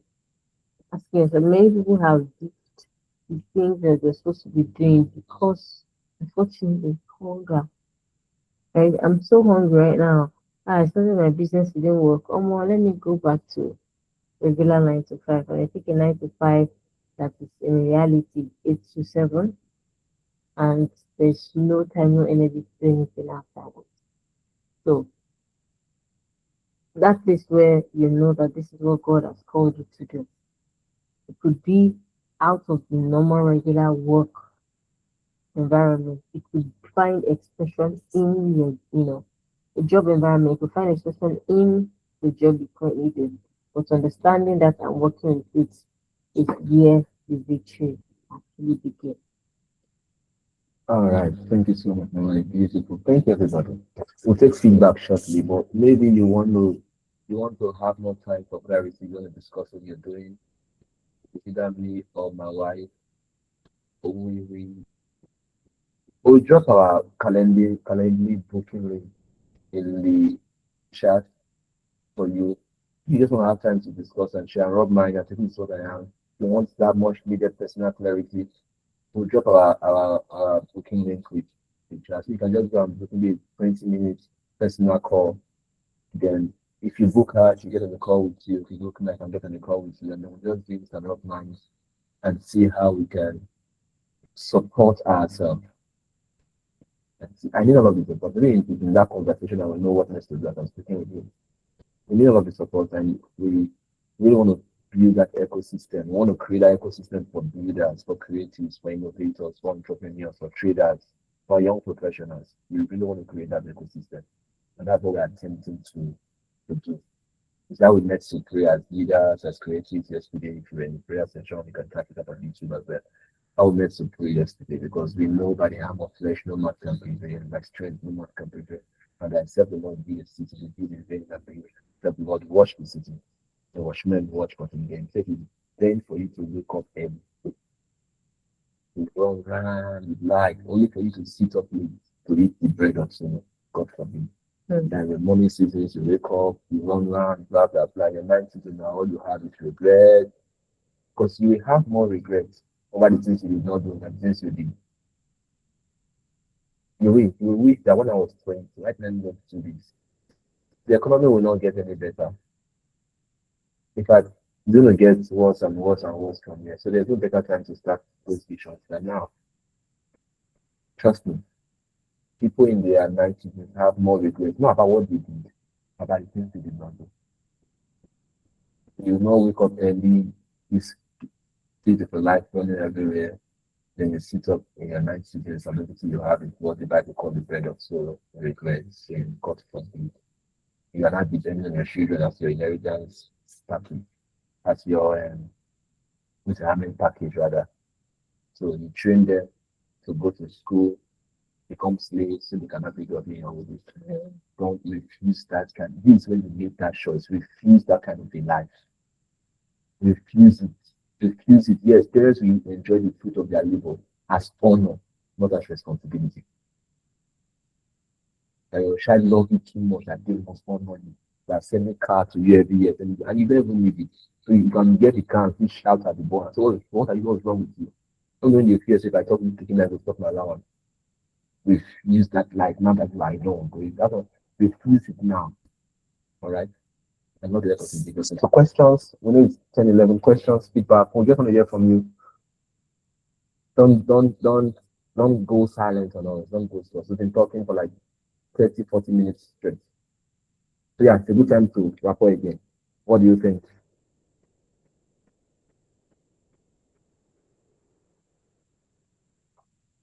We have prayers now. So somebody sharing something? Somebody got to share something. We still have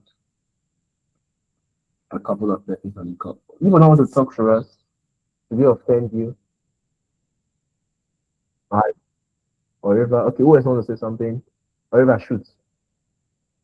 Shoot. All right, thank you very, very, very, very much for the session so far. It's been very enlightening. It's been very eye opening, especially I always like coming to meetings because they always speak to me personally, right? And one of the things I want to say as regards people with children is for a while you may not be able to do away with the secular educational Yeah. system. You may still have to send your children to school. But one thing that we must do as parents is we must intentionally train our children, right? Don't leave the outcome of your child's life to the system. There's so much you can do as regards rebelling against the system because everything, to an extent, everything you do at the very beginning will be circled around the system, but you have to intentionally train your children, train them the things you want your children to become. It is in your hands to make them those things. If you want your child to be more creative, create an environment in your home primarily that provides for creativity, because if you leave it to the school system, the system is not built in a way that your child will be creative, except like you said, except the school owner has intentionally built a culture where Yeah. children are allowed to be creative. Your child will not have that opportunity. So as a parent, when the child comes back from school, don't subject the child to more of that rote learning. Don't, the child will not come back from school and then is getting into home lesson. What else? That thing you have in mind, that deconstruction you want to happen that the school system is not giving, how are you making that happen in the home? Ensure that you are trained intentionally, training your children. Have a vision of what they will be. If you think that they should be saying certain words of affirmation to structure their mind right from a certain age, ensure that those words of affirmation you say them. I think somebody that really does that that I like is this Reina, right? Even if that child is going to school and then the school system is not molded as the parents would want it, there's no way that child will end up like every other child in the class, because the parents are intentionally putting in that effort to ensure that the child is not what the school system produces, the child is who they want. Like it becomes that person that they envision that their child should be. So as parents, we need to take that responsibility.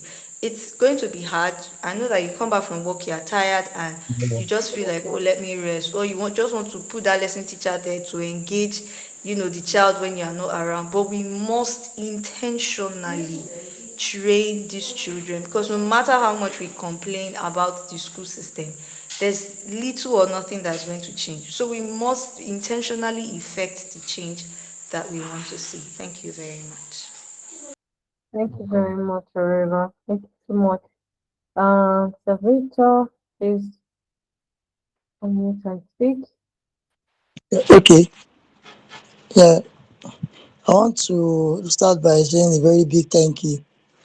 Thank you for organizing this section. I think to me, this section is very, very timely because before I even knew that we are going to be having this conversation, me and my wife, we've actually been having some serious talk, and we are trying to even steer something in a different direction from what I'm currently doing. And even today in church, in fact, the message today in church was talking about how to start small and grow big. Mm. So it was very timely, and having this conversation today too is a very, very big pointer to me. A big pointer to me. And as aside of that, I want to also say that you know Africa, we Africans, we have a way of wanting to copy the Western life Mm. and inculcate certain culture that we don't even know the reason why they were built in that into our own life. And my wife was even telling me just now that right now there is a surge of people among the whites leaving the system to leaving the system. They'll just go to nomadic area, to bush, Yeah, build build a house we have away from the massive system. They institution educate of the children themselves. And I think this is really things that we should actually look into. If people that are in this system are thinking like that, there should be a reason why they are thinking so. There should be a reason why. So it's just like Oliver correctly said just now. Um, Children will actually depend on whatever they turn into. Will actually depend on the parents. There was a message I stumbled on one time. The pastor was saying, he was a pastor. He was saying that I am not the one to raise your children for you. You are the one. I am not the yeah, one to teach them the word of God. You are the one. I think it's actually also in every other aspect of life. We are responsible for, yes, our parents have made certain mistakes. We learn from those mistakes so that we can make correction for our children. Right? So that's actually everything I want to say. Thank you very yeah. much for this section. And brother, we'll see you in Benin soon for Bible study day. And Benin Bible study day is coming to Benin soon, so please register and join us in Benin by the grace of God. It will be in May. We'll announce more about that shortly. So before we wrap up and run away, somebody here has something to say. Question, we may not be able to answer you now, but something to shoot at us. Okay, so tell us in the comments, Winnie, Victory, Moro, Gloria, Osereme, Ngozi, Winifred, it's okay, Ijoma, Grace, Favor, Eri, Chukwebuka, Agnes. Thank you for staying till this far. Tell us, drop a comment or something in the chat so that we know you are here. So I'll catch those who slept off during the session. But while at that, we are saying thank you, everybody. Okay, we see you here. Thank you. We trust it was not a waste of your time. We are saying thank you, everybody, for turning up today. We are grateful and we do not take your time for granted. Please share these. We have more of this conversation. We have boot camp or workshop every month. So we have the one for next month. Welcome, Victory. Coming up. We are going to put up the announcements in no time. Yes, I'm going to put a link for you to book private session to discuss your vision, your work, to just rub mind. And if you really need it, please, if you really need it, go ahead and book it. And then, yes, more, don't leave the community. That's our community. We're also going to build a bigger community and put that on the inside. So it's, you see Bible study description, location, you see our boot camp and every other thing we do. But thank you for participating with our work and with our vision. We appreciate and not take it for granted at all. So yeah, this is where we stop the recording. We've been recording, and hopefully